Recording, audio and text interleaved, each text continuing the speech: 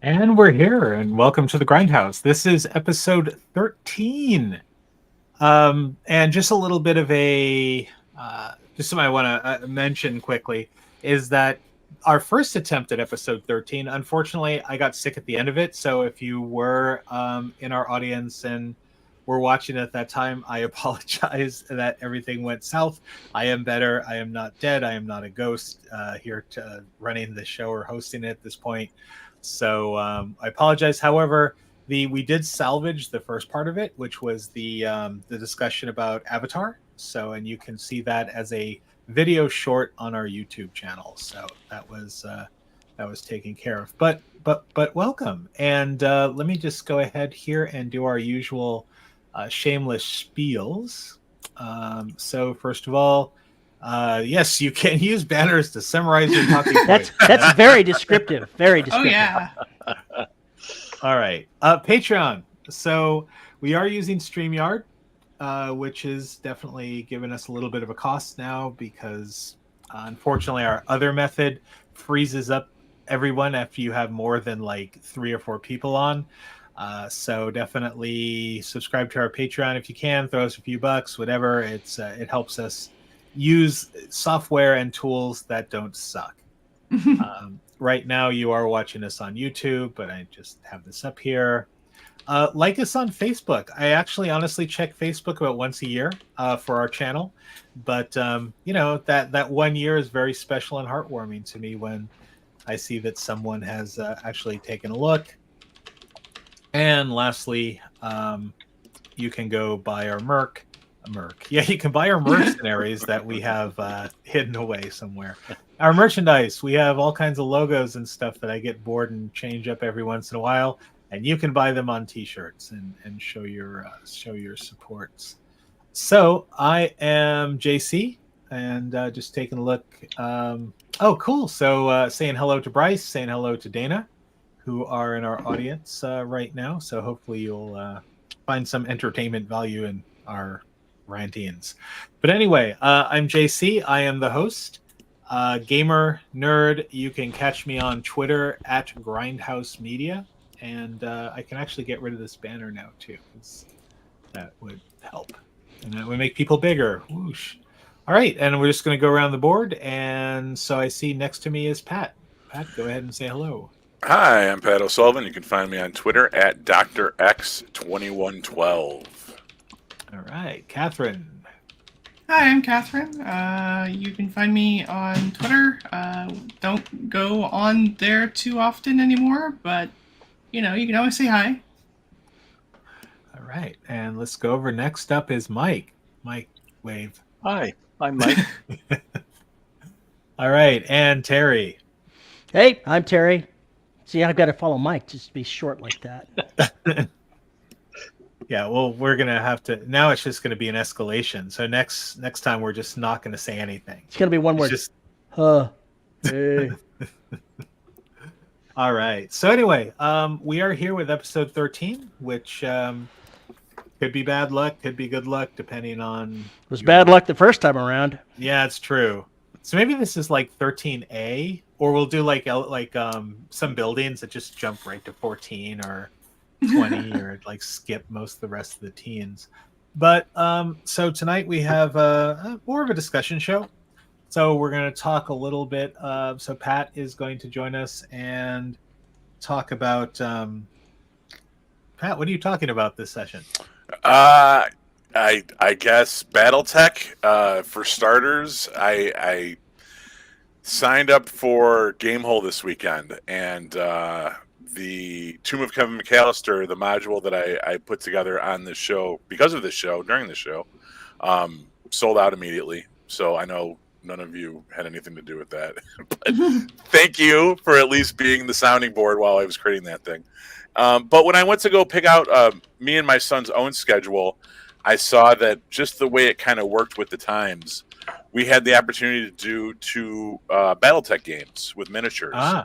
And I thought I was familiar with the series, and at first I was like, you know, I'd really like to do this because when I was a young kid going into gaming stores, I remember seeing a lot of Robotech stuff, and I thought Robotech and Battletech were the same thing, and they're not really. Although I don't know how different they are. But I immediately kind of made that connection, and I was like, oh yeah, I'd like to do Battletech. Let's check that out. And it kind of broke like a cardinal rule of mine. And I've always been very, I've always had lots of friends that are into gaming. I've always been into gaming myself in many different forms. But I've always been really against Warhammer 40K because I thought that it was like such a fucking blatant money grab where you have to buy these different armies and then you got to pay all, you got to buy paint and shit. And they actually opened a Warhammer store by my house in a strip mall that's just called Warhammer. And all they go in there to sell is Warhammer stuff. And it's right by the PetSmart that we go to. One day I was like, all right, I'll go. We were going to the PetSmart, and I dragged my wife and kid into Warhammer with me just to check it out. And my wife knows I play D&D, and I played lots of gaming stuff with my son. And I was like, well, this is different. This is all miniatures, and it's really expensive, and it's an investment. But I just kind of wanted to like poke my head in and look around. And we walked around in there for half an hour, and she was like, "Oh, are you gonna get this?" I'm like, "No, I'm not buying any of this shit because it's a fucking money pit, you know." And yeah, and I was always very against this stuff, but I did pick up the BattleTech beginner box because I figured if me and my kid are gonna go to the convention and play the game with somebody else, even though it does say on the on like the entry, like for beginners or for new players welcome. I figure, the beginner box is a relatively low investment, and why not? Sure, let's do it. And also, my daughter painted some miniatures, some D&D miniatures for me last weekend. They turned out really good. So I was like, okay, well, if I do get into a miniature game, I could just make her paint them all for me. And I know that they'll look good, and I don't have to deal with like gray miniatures, or even worse, like my shitty paint job, So that was one kind of stream of thought that I had about this week's topic. But then at the same time, I've been playing a lot of Diablo 4, and the post-game DLC dropped this week with the Battle Pass. And the two topics kind of came together because there's such a push now in video gaming with microtransactions and DLC and season passes that it just the two things kind of came to a head, and it's like, are these miniature games where like you buy new armies and you buy D&D and you get those 3 books and you could play forever with those 3 books, and anybody can kind of come into your game and do it with the 3 books, and yeah, there's modules and there's expansions and stuff, but for some reason Warhammer just always felt different to me. And I know that miniatures goes hand in hand with tabletop gaming. A lot of it stemmed from miniatures and like reenacting battles and stuff. And I guess I just wanted to put that out there with you guys. We're like, yeah, DLC and microtransaction is a relatively new game, relatively new development in video gaming. But as far as tabletop gaming goes, do you guys feel that like with miniatures and constantly dumping money into buying more armies and buying paint and all that stuff, like, do you see any correlation there? Or do you feel like the miniatures are more altruistic and it's like, okay? Or I'll give you a couple opinions. Is one of the things is that this is kind of the future of all gaming in a sense. Well, at least if Wizards of the Coast has their way. Hey, yay, I get to bitch at Wizards of the Coast. I should put on do a shot. Yeah. No, but right now, if you look at what D&D 1 is going to become, is they're really pushing hard on digital and physical bundles. So you can't buy the physical books from them anymore. You have to do bundles. And the fact that when their TT or their tabletop, their VTT is released, that is all going to be microtransactions. You're going to be able to have the core thing, and then, hey, I want to play the elf miniature with a bow. Well, there's a core elf miniature that kind of looks like someone took clay and went like that with it. Sure, right. But if you really want the cool flowing blonde hair, violet eyes, porcelain skin elf mini, you're gonna have to pay for that. So, but this is Wizards of the Coast, and I mean, I don't know if other game companies hopefully don't follow this trend, but it is, it's something that we need to look at. But another thing, and I'll shut up, is I actually brought up my copy of the I hate left to right. The BattleTech introductory box set. So there is a meme which I can't find right now on Twitter, where you have these kind of drooling fanboys pointing over to that new Warhammer 40K set, going, "Look, we can get this. We can, we can all get armies and buy minis." And then there's like the cool dude who's pointing to the BattleTech set, basically going, "It's a one-time buy, and I have everything I need in it." Which is true. I mean, even if you buy the beginner starter set for the newest Warhammer 40K series, they give you a sprinkling of minis, but it's not enough to have a full army. And if you really want to get into it, you're dropping. We're not talking about, oh, look, here, I spent $5 and have a shiny new mini. No, they're like $60. No. Yeah. And you're buying boxes. But look, if I shake this open, right off the bat, it comes with a sack of Battletech miniatures, right? It comes with dice. It comes with many of these things, maps, and the core rule book. And is that the most? That's not the most recent one. That's one from back in the day, right? Back in the 1920s, when I had this, back when my pappy played. Yeah, this came with a bowl of soup and a banjo. 2007 is when this set was released. Okay. So yeah, it is an older set, but I believe the newer one does come with, if not, it's two actual plastic miniatures. It was only like $20 though. It was super cheap. Okay. But it's like it's a fold-out terrain map, 2 gray plastic miniatures, and then a couple board where you pop up and you stand them up ones, and it's enough to do like basically one-player one-on-one battles and stuff.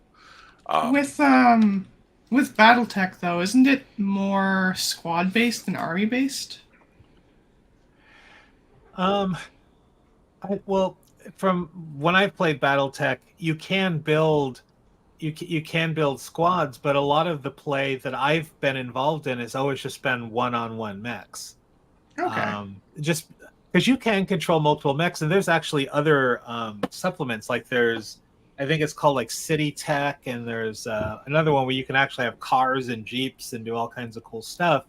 Give me my urban mech. But there's a lot. I mean, if you look at the character, let me see if I can find a character sheet quickly from here. It's a pretty. It's not difficult compared to some things, but the character sheets are pretty. They're intensive. Yeah. My girlfriend and I have looked over Battletech before, and we've wanted to play a game, but just never have. Oh, here we go. So, stupid new microphone and left to right. So actually, no, these are a little bit more compact. So you have your mech type, your basic rules, and then you have your right, because where you roll is where you do damage on the mech, so you could disable certain parts of it. The one thing that always drove me crazy about Battletech was the heat sinks, right? So you're sitting there and so 2 things are going to happen. You're going to start throwing, especially if it's your first time, you're just going to be blasting away with all your missiles and guns and everything. And your heat's going to rise and rise and rise and rise to your mech isn't going to work, or it's about to blow up. So the only way that you can cool yourself down is to go, shoot, there's a river. So you move your mech into the river, which then puts you at a halfway point, which then another mech just goes and kicks you in the head to your mech explodes. that is like the tactic that always happens to me is I go crazy. I don't pay attention to my heat sinks. I overheat. I have to get into water, and then someone kicks my head off. In the beginner box, I was reading all the rules and stuff before we streamed tonight, and it says that it doesn't use heat. And that you have, if you get the actual game, then it introduces critical hits, heat, and also pilot skills or something. Oh, my grandpappy version here has heat sinks. So. Yeah. So with all these miniatures, I'm surprised that there's not, supposed compatible 3D STL files for a bunch of these that you can print your own stuff up. You would think, right? I mean, because they could even sell you the file, so it's not like they'd be losing money. Catalyst can say, all right, here, you can buy Squad Set 1, that you can print at home. which would still make them money and still would probably cost you a lot more money because you'd have to buy all the, I'll call it 3D printer goo. I'm sure there's a name for it.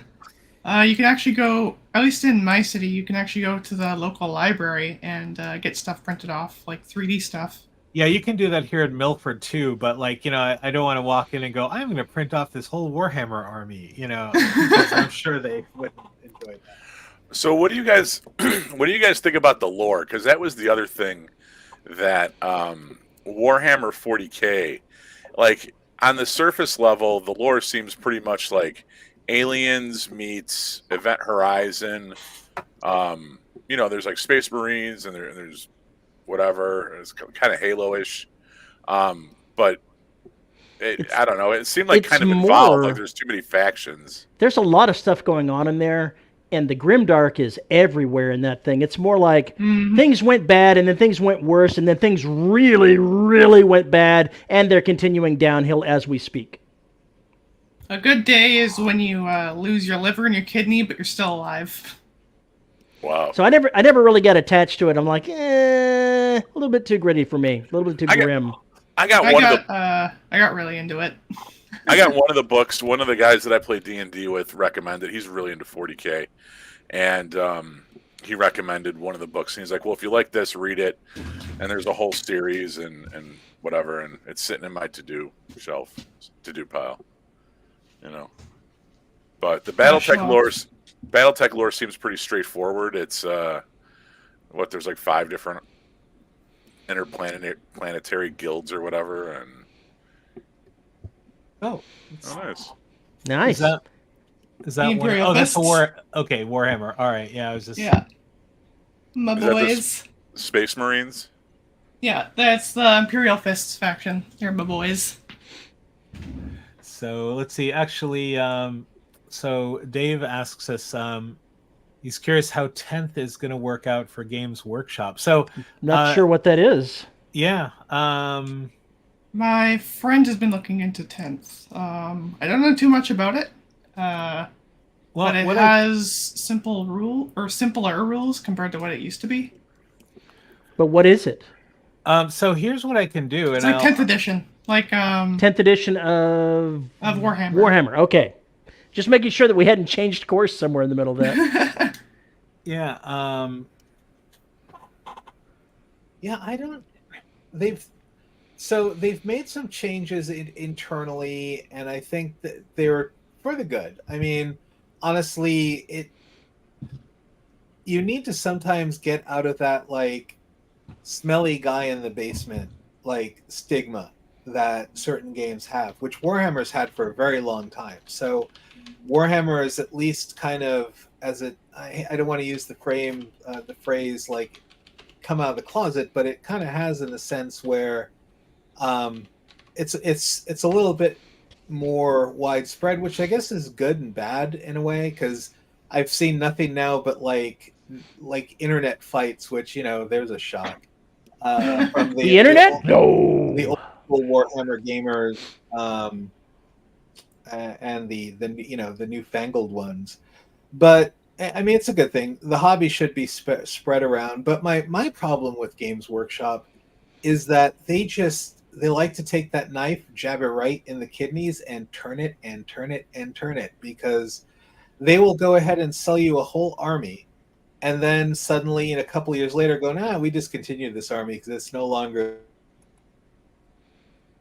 So there's that, So I was playing Warhammer Fantasy Battles many years. Actually, God, I want to say 2003. And I invested my money in squats because it's like, I want badass. No, actually, no, it wasn't. It was Warhammer 40K. I wanted squats because I was like, I want space dwarves. I want badass space dwarves. So I invested all this money in squats, and suddenly, I think it was around 2005, 2006, I found out that the army was useless because they've moved past that. They brought them back. I never got that impression that Warhammer people were like basement dwelling, because I only really saw them when I would go into gaming stores and they would be off in the corner with like on the ping pong table with like painted styrofoam landscapes. Like it always seemed very social to me because I would see, if I walked into a gaming store and I saw them playing anything. I never walked into a gaming store. You see people playing Magic or Pokemon, but it was a lot of times it was Warhammer. When I went into the Warhammer place with my wife and kid, it was filled with people. All like it was a Friday, so everyone had just gotten paid, and they were like, and this one guy like just started talking to me. He was very social, and like was like, "Oh, you should really get into it." Like, "Oh, look, they got this now, they got this, and I'm getting this guy right here, and it's this miniature, and it was $65 fucking, and it was like a witch." And he's like, "Oh, but you play D&D. This could be a miniature that you use in D&D too." And I'm like, you still $65 miniature. That sucker's being locked in the safe. What are you talking about? Yeah. Well, maybe Basement Dweller. Will it blow me? Like, what is it gonna do? What the fuck? Maybe Basement Dweller is a little bit too much of a. One of the things that he said there is that that now it's being aimed at as fascist. I'm not talking about when I made the comment that it kind of is if you dig into the world building. The players aren't fascist, but the system, the world background is definitely fascist. Oh yeah, that's like part of the point. It's part of the point. Yeah, I think one of the things that when I meant Basement Dwellers, so yeah, it is a very social game, and there are a lot of people who end up playing it. But they're also not very like maybe they came up to you because you're kind of the stereotypical gamer guy, right? They figured, oh, this guy's cool. We'll share Cheetos and thank you. And pour out some Fanta. Or something. They must be fans of the stream. Maybe they recognize me from this, right? There you go. But no, but like my wife. So we're talking like anyway, pre-2010, she went into a store in Maine and was very interested in gaming, right? She gamed as a teenager with her brother, and then she wanted to get back into it. And she said she walked into the game store and everyone just basically treated her like dirt. Like wouldn't talk to her or kind of had that, oh, ew, you were a girl. Why do I want to play with you? So that's and I've seen that a lot. I'm not doubting that because I hear that all the time, but I grew up in comic book stores. When a girl walked in, we would fucking fall all over ourselves to like take her to the, Devin Grayson section or oh, here's Sandman or whatever, like I never saw people chase out a girl. I remember actually going to watch my buddy play Warhammer, and a guy from another group showed up with his girlfriend, and she was the only girl in the store, and everyone spent the whole time, like if her shoelace had come untied, 3 guys would have ran over and tried to tie it for her. And I'm not saying that like this like exclusion thing doesn't happen. I have seen the exact opposite, but once again, I will say that we do hate both sides. I could see how they'd be equally annoying. Yeah, you're somebody like a normal person. You know what's I'm missing glad that from I don't this experience any of that where I am, but just if somebody was like fawning over me or like, oh, let me get that for you. Oh, here, let me help you. And it's like, I don't need the help, please, unless I tell you that I do. You know what's missing from this conversation? What?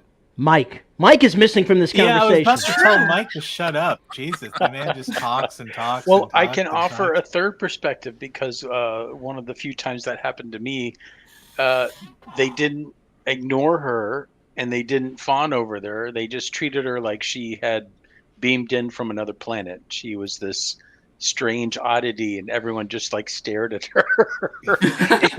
I felt bad for her. It was awkward and I felt bad for her, but it was the oddest reaction I ever saw. And it was only once. I only saw this once in a game shop, and she quickly left. It's sad. I never did any gaming in a game shop, so the only experience I had with massive amounts of gamers gaming in one place was the recreation center at Fort Campbell when I was in the Army. And there were a number of women, 3, 4, that were part of our regular gaming group.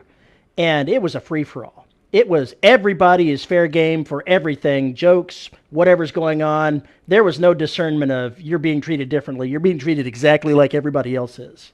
Mm. I always got the impression that was kind of baked into the military, like It pretty is. much from day one. That it didn't matter if you were a woman or a man, you were treated the same. Man, woman, whatever race you are, it doesn't matter. You are an interchangeable cog, and you will all be treated the same. Isn't there a Lady Gaga song about that? There may be. So if we take the magical time machine back, still kind of on this topic. So when I used to go to game conventions in Northern California back in the late 80s, it you know, to use the term sausage fest, because that's what it was. Like there were some older hippie women who actually helped run the con, but there weren't many who actually played games. And it was just a lot of unwashed masses, you know, huddled in rooms playing games. Although, even though I kind of poo-pooed it at the time, I actually feel a little honored that I got to watch George McDonald and a few of the original Champions people playing Champions at Dentricon, like in the really early days and stuff. But my point is that there was a cultural flip, because I want to say 91, 92, after Vampire the Masquerade came out. Oh my God, that next year was like goth chick heaven. Yeah. I honestly, it made me happy because I was really into the scene at that time. So it was like, there's goth chicks everywhere. And, but Vampire really brought changed a lot of the demographic for gaming conventions, because now you actually had, I guess, whatever was, however it was perceived, it just, they didn't come to play D&D. All right, Dave, man, take care, brother. The demographic really flips. So I don't know. Do any of you have perspective on that cultural change? I was going to bring up Vampire when we were talking about gaming being like sausage fest. Go ahead.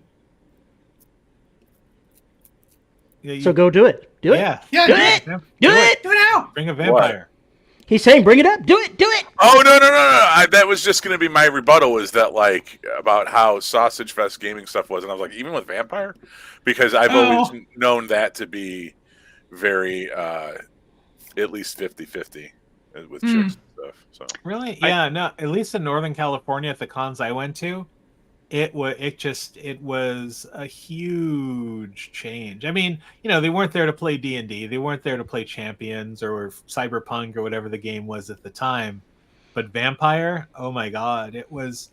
And I got hooked on Vampire like early on, and I ran a Chronicle outside of and I would run it all year and then and do a conclusion game at the convention. So that's how super heavy I got into it. But no, it was at least one of the games that brought on a cultural change. I mean, so thinking about that, do any of you have other games that you've noticed that were game changers as far as like who played it?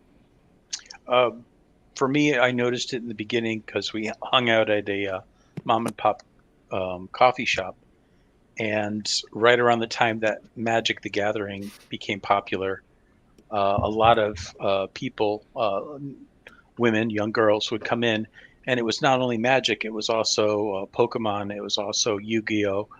Those three games really seemed to introduce a whole new set of gamers that us old guard had never seen before, and never seen before in that environment, I guess I should say. Did you try to seduce them to the dark side? No, there was a lot of gawking and staring, I remember. But we didn't know what to make of it. And, there's a little bit of gatekeeping. There were some people that are like, what are they doing playing this game?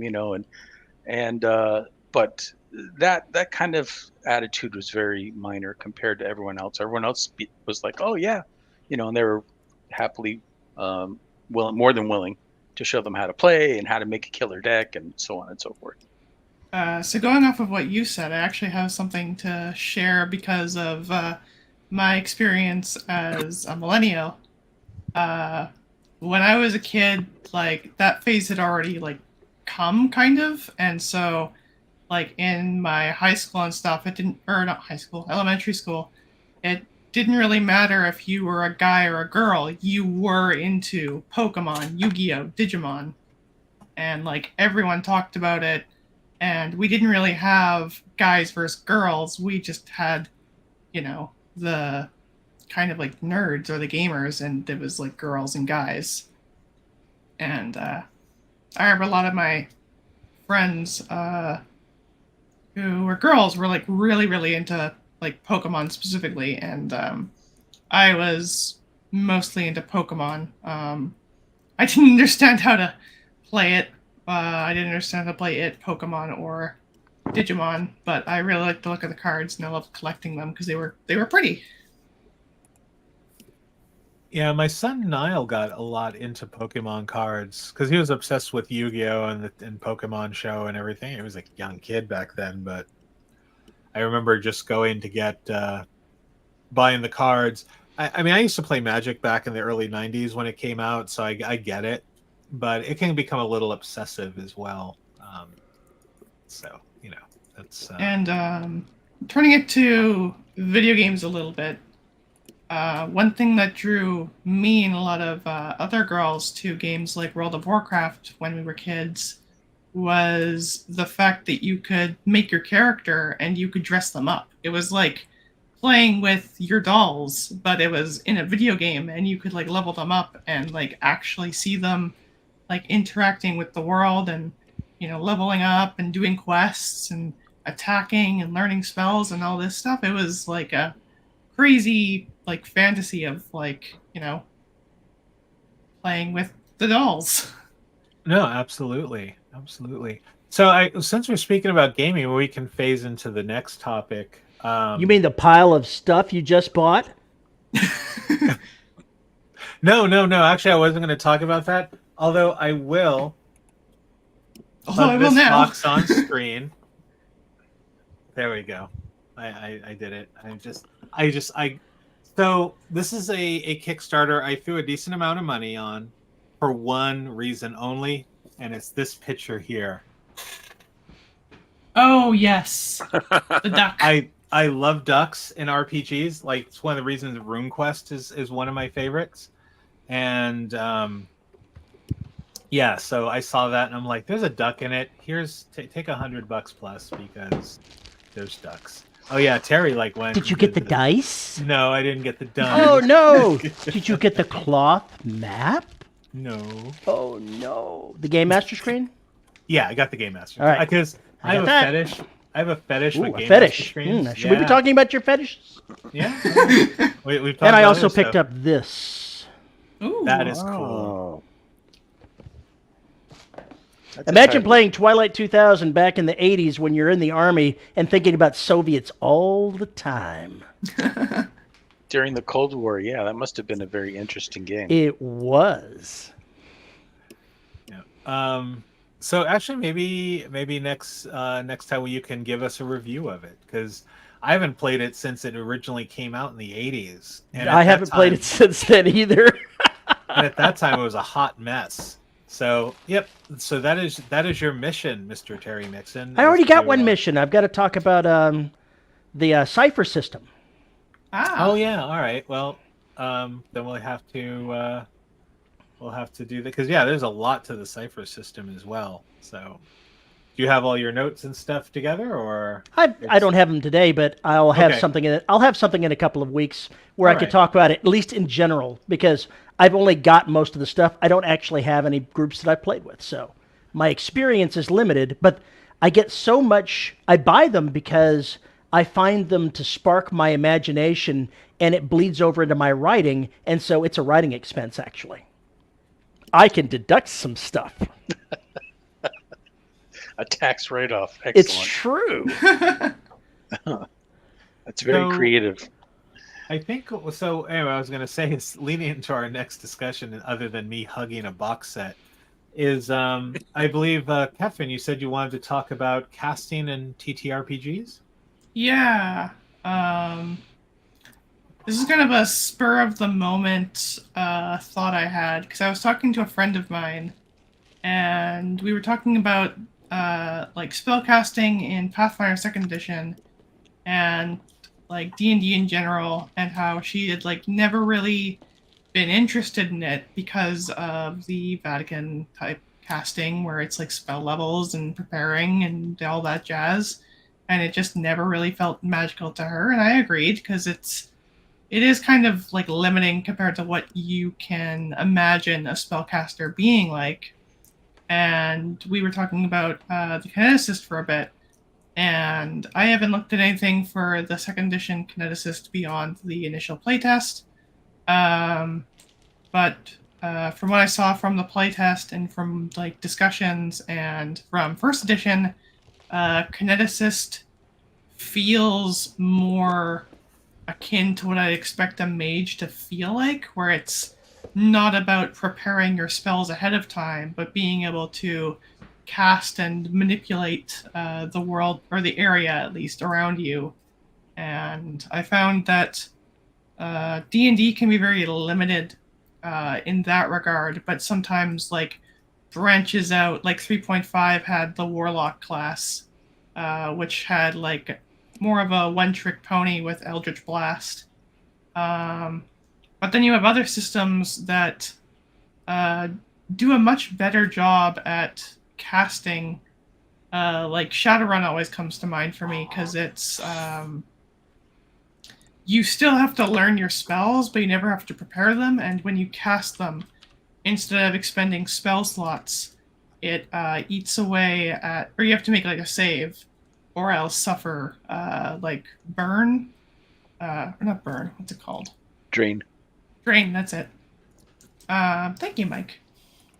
And yeah, you'd like suffer drain, and it would either affect your like physical boxes or your mental boxes, and you could like fall unconscious from it or even die from it. And you could do like really crazy things. Like one of my friends came up with a one-off strategy of like, if we're ever in a pinch, I can do a burn edge to summon a force 6 spirit, burn edge to summon a force 12 spirit using that force 6 spirit, and proceed to turn to dust. But I now have this force 12 spirit who is about to, you know, crack some eggs for the party, hopefully. And it was like talking about magic in Shadowrun was such a different experience than talking about magic in Dungeons and Dragons, because it's like almost more freeing despite not having hundreds and hundreds and hundreds of spells, because every spell that Shadowrun has like a place. Yeah, so you were talking, I mean, Mage is probably, to me, one of the best magic systems, I think, in I grabbed role-playing Mage, games. but I need to read it. Yeah, I mean, I've ran it sorta, kinda, but I know I've got a chance to play it with Mike, actually, who ran it a few years back. And I love that freedom of just going, I'm going to take the forces of the universe within the domain that I can do it. I didn't play a full mage. I played like one of the Sons of Aether, who are more of the kind of gadgeteer 1930s scientific-y sort of magic users. But just the fact that, within that domain of things, I could create gadgets that were not prescribed. Like, oh, well, let me look in my book of gadgets here and pick one that I have to use because, and another system that deviated from the Vancian magic system from D&D is Dungeon Crawl Classics, where you don't lose the spell per se. Like, you actually, when you cast a spell, you roll on a spell table, and that could either, your spell could come out normal, your spell could like destroy things, or your spell can actually then, or just you lose it. You do lose it, but it's not a given. And then when you're dealing with stuff like mercurial magic, you can actually like morph, you can hurt your own body and things like that. Like, now you have a lobster claw for a hand because you screwed up. But one of my favorite examples is we're testing my setting Tales from the Fallen Empire, and it was a ship-to-ship battle. And my friend who was playing a sorcerer decided to cast Fireball. and ended up rolling on the super top end of that spell chart, where it was something ridiculous. Like I want to say at least it was like 36d6 or Ooh. something like that the spell gave. And he like basically like vaporized this. The ship was on the side of us just from that damage. But yeah, Vancian magic kind of pisses me off too with D&D and Pathfinder when you're dealing with your spell slots or spells per day or something like that. I really, to me, a magic user is like Gandalf didn't sit there and go, "Oh, I can't open the doors to Mordor, not Mordor, but Moria because I ran out of spell slots. We'll have to wait till tomorrow." Oh yeah. You know? I was just looking at Ryutama's because I got the physical book. Oh I yeah. just grabbed from my shelf. They have magic in there, even though it's more of a lighter adventurer-focused game.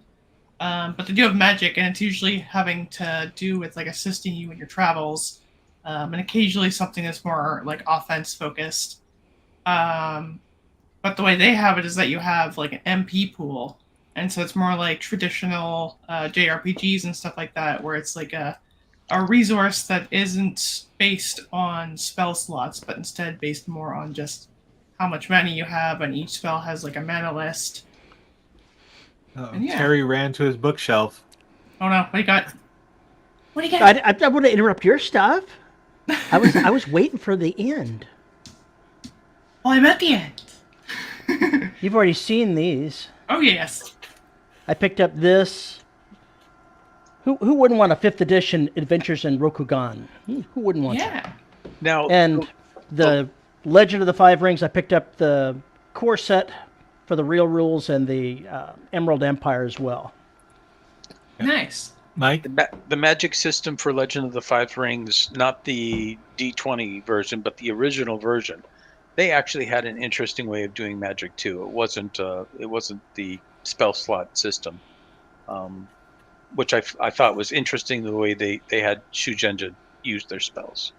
So Yeah, so there's a lot of good magic systems out there. D&D is always to me the gateway drug to any gaming, right? So and it's kind of odd that how D&D has really shaped the industry, because I was having this discussion with my wife today. So I want to design character sheets for 2 upcoming games that I have. So one is Witchlight, which is going to be a I call it a pagan punk or Wicca punk RPG. It's going to use tarot cards. It's going to do a bunch of different stuff. But as I was thinking about that and my 2nd edition of Tales from the Fallen Empire, I was thinking about character sheets. And every character sheet in the universe follows the D&D model of attributes here, your image or whatever here, or whatever special feature, your skills, some other pertinent information. Then you flip it over,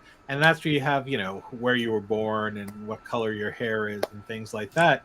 So we always model character sheets in the sense that we are putting all this like hard-coded technical information up front, and then we're deciding to talk about your character on the other side of the sheet. Which I guess makes sense, because if you're playing a game, you want to be able to know what your to hit is and whatever. But there has to be a better way to take that and create something new, where it's not like the 50 years of this is how you design character sheets. So anyway, I know I just went off topic on there, but anyway, any other comments about magic systems? I'm gonna combine both and say that character sheets with magic systems are often awful. Oh my god, yeah, D&D 5e, that the spell slot sheet or whatever is, Yeah. all of them have been pretty horrible. Even like the first AD&D character sheets that had magic users on it was like a little checkbox. Oh yeah, boom, boom, boom. the one thing I'd like to add with using the mage system, using for White Wolf game mage, some people found it very liberating that they could basically try and create their own spells based on whatever spheres they had or whatever elements they were able to access. and other people had a real difficulty trying to use spells because they needed that construct. They needed those guardrails there to kind of guide them as far as what spells they could cast or what they could do with their magic. So it was interesting. It wasn't everyone saying, "Oh, this is great. I can, whatever spell I can think of, I can cast it." There was people on the other side of the fence saying, "I don't really know how to cast. I know what I want to do, but I don't know how to do it with the magic I have." So it was a very And you interesting gotta dilemma. treat it like actual magic and learn how to do it. One of Have the that be things a I character was thing. one of the things I was thinking of with the Legend of Five Rings is the society in the books is very stratified because it's based Yeah. on Japanese society. Oh, And yeah. I was thinking, wow, the gaming group that we're with now, it would be utter chaos. Are you talking about our gaming group, Terry, or Yeah, another one? I am. There would be a beheading. There would be a beheading very quickly. Yes. Yeah. Well, we tried once. We did a one shot of Legend of the Five Rings, and I did do it with the very structured hierarchical system that the feudalistic system that it was based on. Yeah, and nobody got beheaded, but yeah, there was definitely some cultural faux pas that were made. That seems like that would have been funny to watch, funny to participate in too. Yeah. I was just gonna say it would either be Matt or Mary who would be the first on the chopping block. My vote is for Matt, and I think Yeah. I think within 15 minutes of the game starting, Matt had pretty much offended the Amo and several samurai. They were like ready to just take him outside and have his head chopped off. People were like, "Just stop talking, just stop." All right, so let us move on here to our last segment because it is getting little on. Well, it's not that late compared to some of the sessions we had, but I don't have any we're gonna talk about movies. So Pat, I'm actually gonna go ahead and play your movie opening and just steal the thunder here because it's the Go only for bumper I have. So here we go.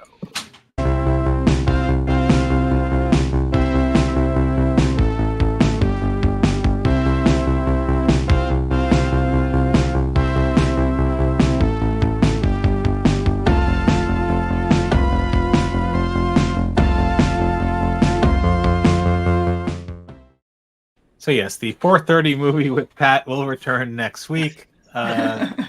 But I'm basically I gotta create just a generic movie bumper, I guess. But anyway, so we are going to talk about movies, but more on a specific thing that's been a little bit of a hot topic in the. Oh wait, hold on, I can just do this.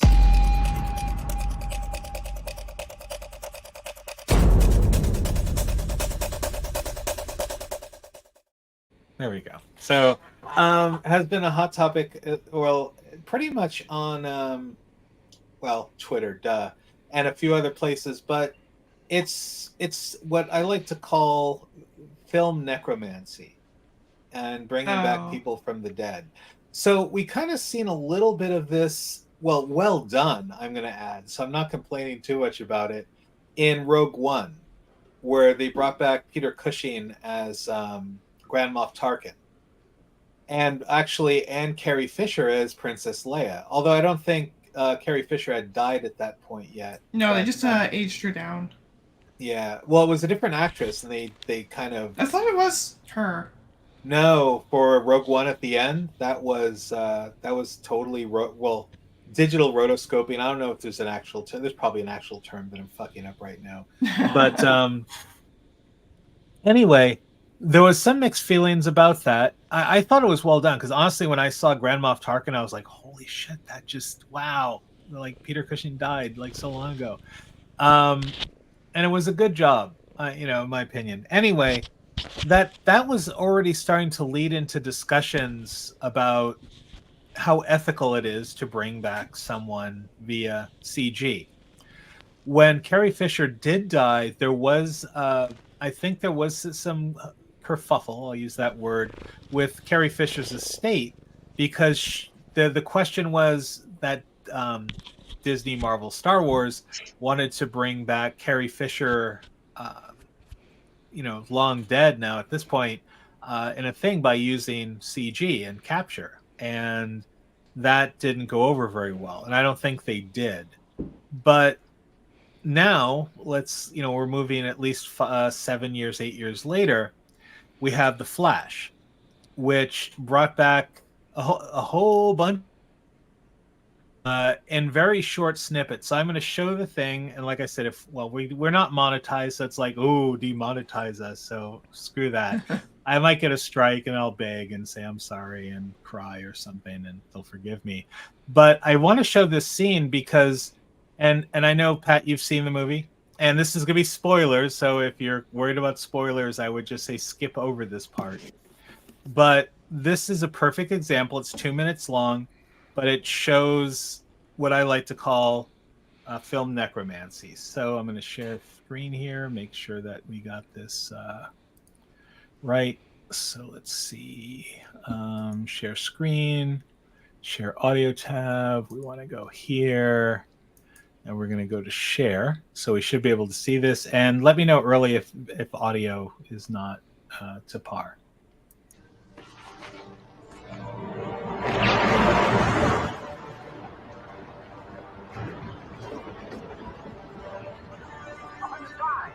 Audio is not to par. It's terrible audio, but it's there. Okay. So George Reeves.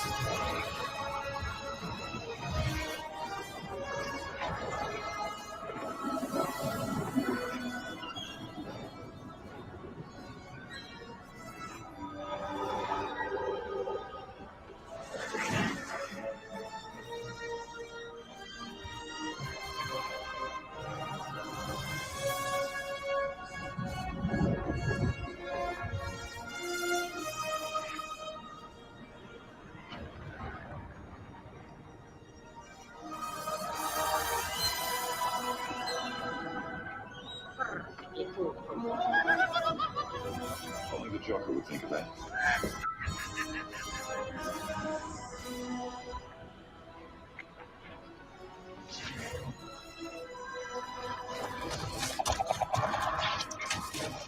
Oh, that's cool.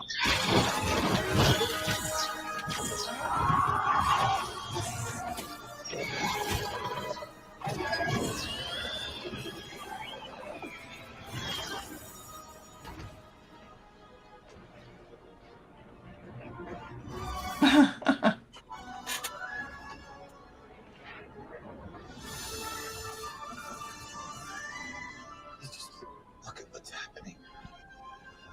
These worlds.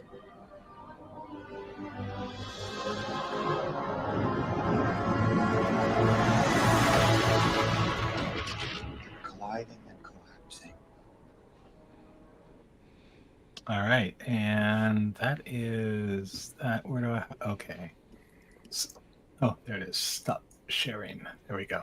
So, as I mentioned, well, why is this playing again? Stop playing.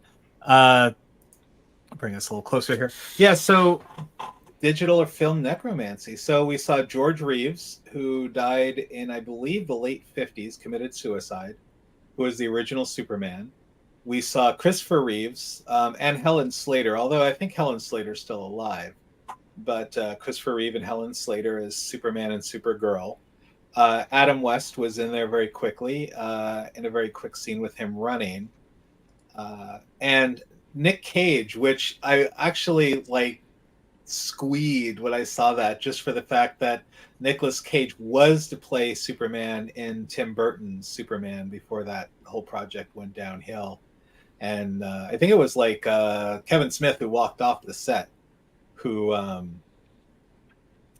basically, when they said, I want a giant mechanical spider to fight Superman, he just basically said, fuck you, and walked out.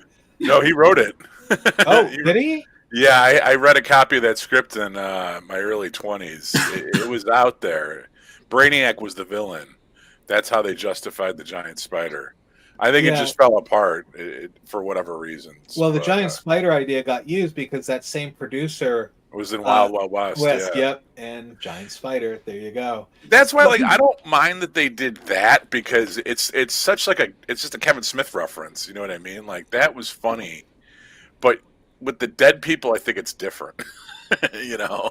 Yeah. So I mean, It's not kosher doing ninja bringing the stuff back with the dead people if you don't compensate their errors. Or if you just decide you're going to make a whole AI of, oh, I'm just going to make this entire AI. It's not really you, so you don't get paid. So that's not really kosher. No. To use the word you used earlier. It's interesting because in the Indiana Jones and the Dial of Destiny, they did a very similar thing. And Harrison Ford explained it very well. They basically took all of the film that they had, stock footage of all of his previous movies, and they were able to map it over his actual face. And they were able to blend it all together. I don't know the technology behind it, but obviously lots of computers were involved. But it was a seamless piece. It looked like, he said it was frightening because it looked like him, but obviously he didn't do the scene. And if anyone's been, of course, following the news, the actor strike and the writer strike that's ongoing now is based primarily on exactly this idea: is how can you use my image, and what kind of compensation do I get for that? And I should be compensated even if I didn't really do it. It's still my image. So it was curious because this all started actually with the Back to the Future episode. Crispin Glover, when he decided not to come back to do the movie, they decided to do a likeness of him, and that ended up becoming a lawsuit because they used his likeness without his permission, and there were all kinds of laws that ended up getting generated because of it. But anyway, it's sorry, I'm kind of rambling, but it's very interesting to follow this because a lot of people are saying Hollywood is not going to be the same. That that Hollywood directors and producers are saying we can't pay them, they can't possibly expect us to pay them for this work. And of course, writers and actors are saying, well, we're not going to work unless we get some kind of compensation for that. Mm-hmm. Yeah, it's just to me it's more of an ethical thing. And granted, yeah, people should get paid money, if their likeness is used. But I think a lot of that in the contract is that when you play a role, your likeness is kind of part of that. If I'm not, no, You're making a contract to portray your role in a certain number of instances. And if they then go and say, oh, well, I'm going to make, a 43 season television series and put you in every single episode and you're not getting paid a penny, how does that make you feel? Bringing it back to Superman, look what happened with Superman 1 and 2 with Richard Donner, where he convinced them they were filming one movie and they tried to turn it into two and just pay the people for the one. Yeah. And that led to a lot of lawsuits and changes and stuff too. Corporations, particularly Hollywood, are not ethical. No. They are made to make money. They lie on their bottom line. They cook their books so that it looks like they're not making any money while they're making billions. So you have to really hold them to account because they're not going to hold themselves to account. Well, and this is the way it's always been. My understanding is Hollywood has always been crooked pretty much from the start of motion pictures, that they've never really given the actors or any of the designers or anybody really a fair shake. They've always kind of been very sneaky and shady about what they did. But yeah, I mean, I can't tell I don't know if they reached out to George Reeves' estate or Christopher Reeves' estate or, Adam West's estate to at least even just get a thumbs up on it. But, it's like ethically, I think it's wrong. But then again, they do own those characters. And whatever iteration they were in, whether it's 1950 Superman, 1970 Superman, 1960s Batman, and apparently I haven't seen The Flash, but I know other living actors who have played previous parts make appearances in the movies. So so I definitely want to see that. It's a very convoluted subject, but the thing that helps keep it kind of in perspective is that Hollywood owns the intellectual property. They don't own the actor.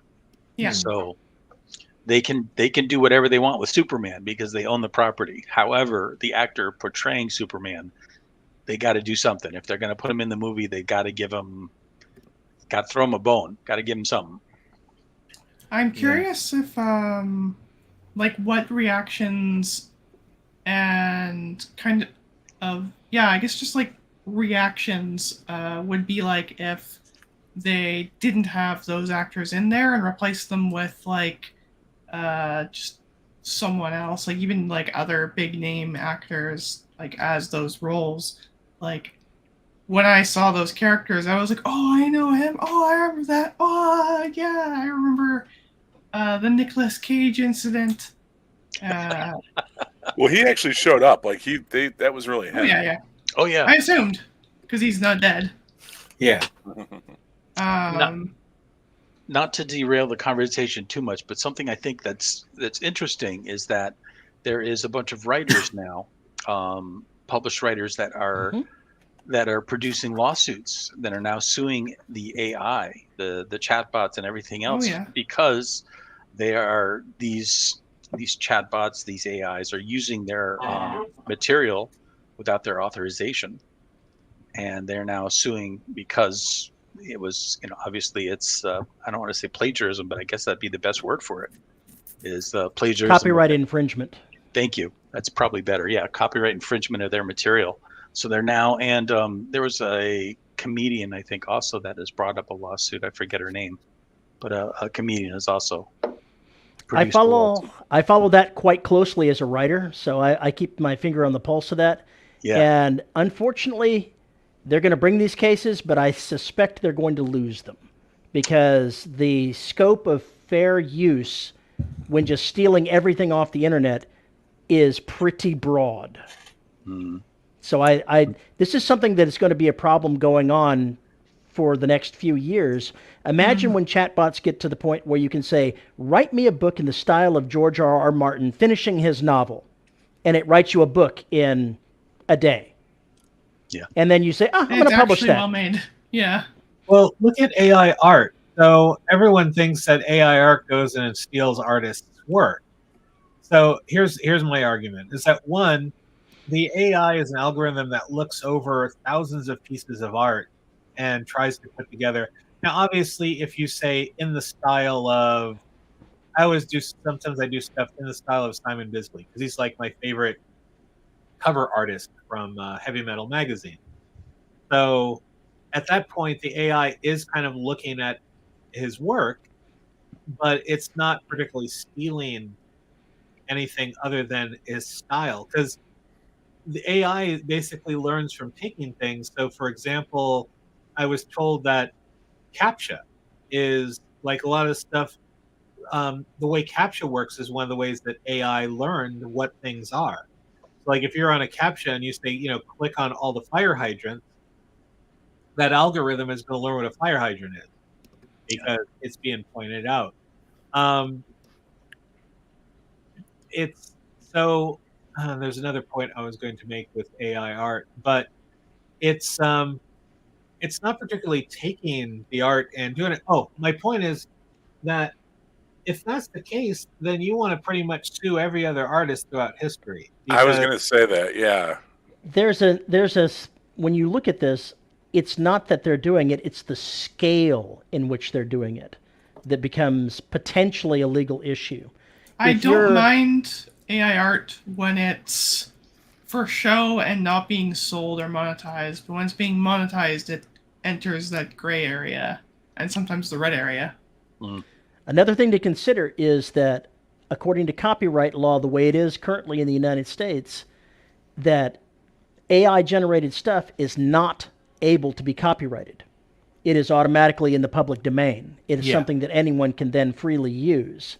And so if you go ahead and have your AI generator write your book, and even though you put some stuff in it, you may have someone steal your book going, no human was involved. So there's going to be some really peculiar legal arguments and lawsuits flying around for a decade or more. Oh, yeah. I think...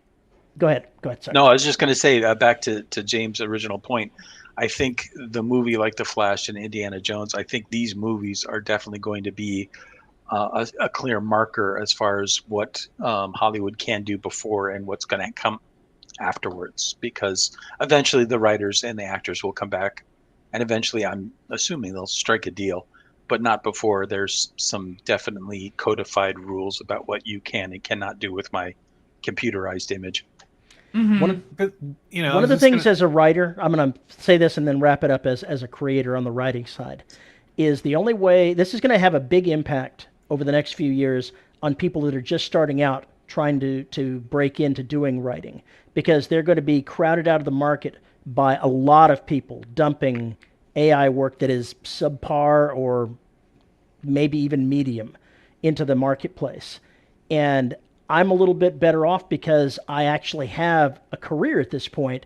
I have an audience, and audience building and connecting with the people that like your work is going to become a lot more critical when AI is flooding the market. And Yeah. did you hear that publishers are now working on in-house AI?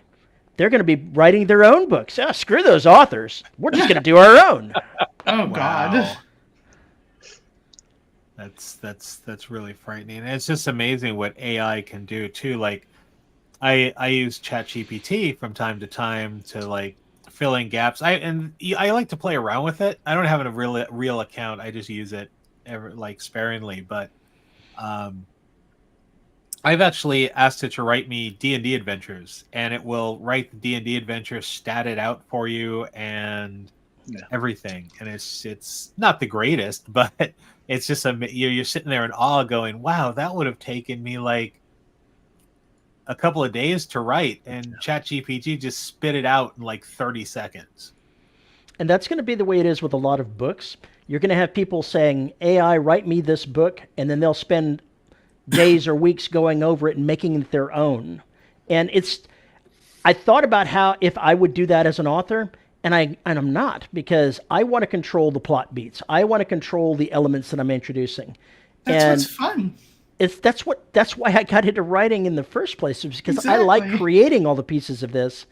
And that's something that AI, even no matter how good it gets, is not going to be able to duplicate. It's not going to be able to fool someone saying, "Oh, this is a Terry Mixon work. Look at all those weird things that he's throwing in from all the pulps." Yeah, that's not going to happen.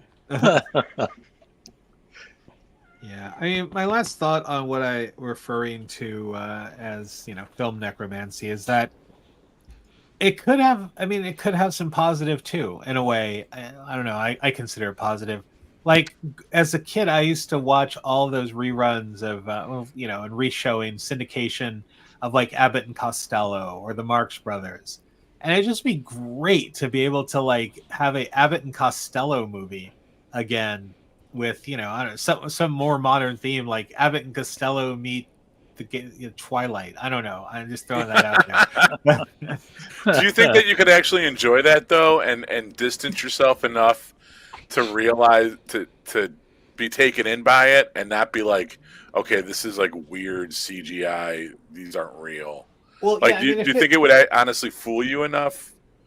So If he's it was- talking about the uncanny valley, basically. Yeah, like, or is it going to be like you're watching Polar Express, where it's like that's not a fucking person? No, it would have to be something where I mean, again, this is down the road where AI becomes that like awesome to the point where you can be fooled by it.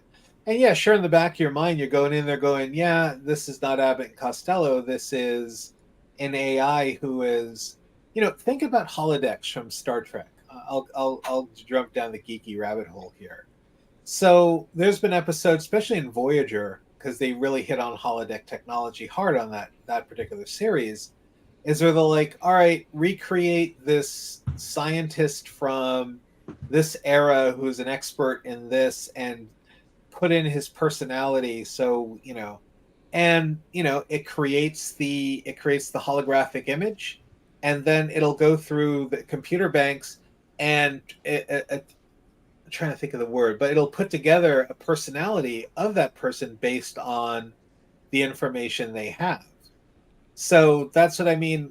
We're pretty far away, I'm sure, from holodecks, but we are not far away from being able to create a perfect image of a human and then take a computer to extrapolate information to give it a personality that would match that particular thing. But filmmaking in general kind of survives on the suspension of disbelief. You know what I mean? That we kind of give in, we surrender to what we're watching, and we let ourselves be taken in by it. I've seen The Flash, and I've seen Dial of Destiny, and The Flash actually was jarring and it was weird, but it fit the movie a little bit better. It was, you know what I mean? Like you saw that scene with all those spinning Yeah. globes and shit. So like it kind of like the fact that it didn't look right. Nicolas Cage does not look human. No, Neither the Reeves look human. That wasn't convincing, but it didn't have to be. And the director even tried to pass it off as an aesthetic choice that they made. That the special effects were supposed to look that shitty because that was the vibe they were going for with this movie. All right, yeah, whatever. With Dial of Destiny, that's it. And I don't know if you guys have seen that. That's it. It's like the first 20 minutes as young Harrison Ford on the train, getting the Dial of Destiny. And it works sometimes when you're doing medium shots or when you see him running, but whenever it's close up on him, it's jarring and it takes you out of it. It took me out of it, at least. Maybe other people had different theatrical experiences. It looked good, and when you see the stills of it, it looks good. And even in some of the movement shots and him talking, it looked good. Now, for whatever reason, they didn't do anything with his voice. So he's still got the old man voice, even though you're seeing the young. And maybe you're right. Maybe that was part of it. But, like, I don't know. When you talk about Abbott and Costello, I don't know if I could watch. I don't know if I could watch a Cheech Chong movie with a young Cheech Marin and young Tommy Chong and not. But once again, maybe that'll fit the aesthetic where you're like, this is fucking weird, dude. But, I don't know. I don't know if audiences are necessarily ever going to really buy it to where it'll be successful and universally loved. But then again, look at Avatar. Those movies do huge business, and then none of that shit's real. You know what I mean? Ironically, Nicolas Cage was filmed live in that, so him looking weird and not human, that's all Nick. So the last comment I wanted to say is that everyone, of course, there's all kinds of uproar about all this AI and all these computer technology, and it's taking over and it's taking people's jobs. And James Cameron went to quote and said, "Look, he said, I told you guys about this back in 1984, and none of you listened to me then." So, of course, he's referring to Terminator. Right. So, on a last note here, and then we'll close. I'm going to actually waste 2 more minutes of our time because we're talking about copyrights and and things becoming open source and things like that. So I just want to show an example of what happens when something comes into the public domain. So I am going. This is probably going to be very scary. Oh, I feel like I know what this is.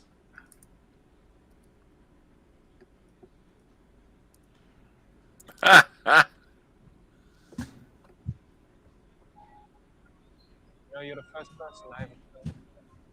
Why am I so special? This movie supposedly sucks, though. We should be close now. We're not going to find them. We will. Who? Piglet? Eeyore? We were friends for many years, and they're out there. Christopher, we need to leave.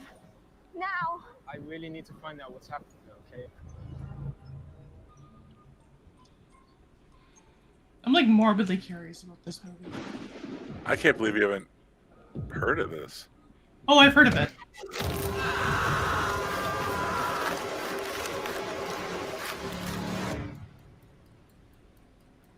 This place is kind of cool.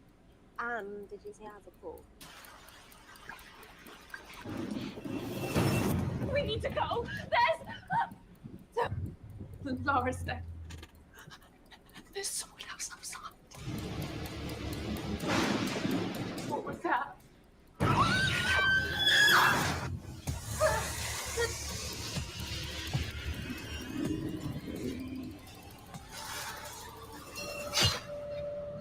We used to be friends. Why are you doing this, please? I would have never left, I swear. I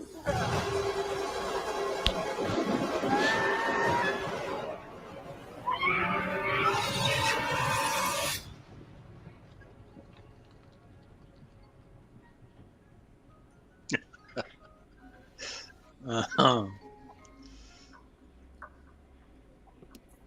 Yeah, it's a movie.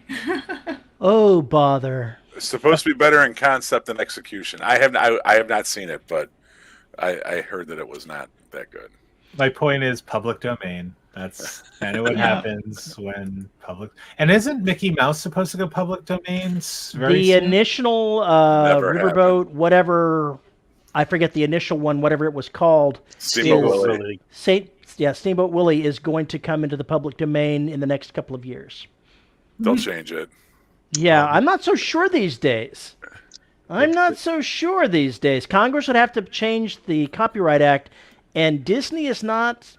Well, it's a pretty polarized environment. Let's just say I don't think it's going to happen.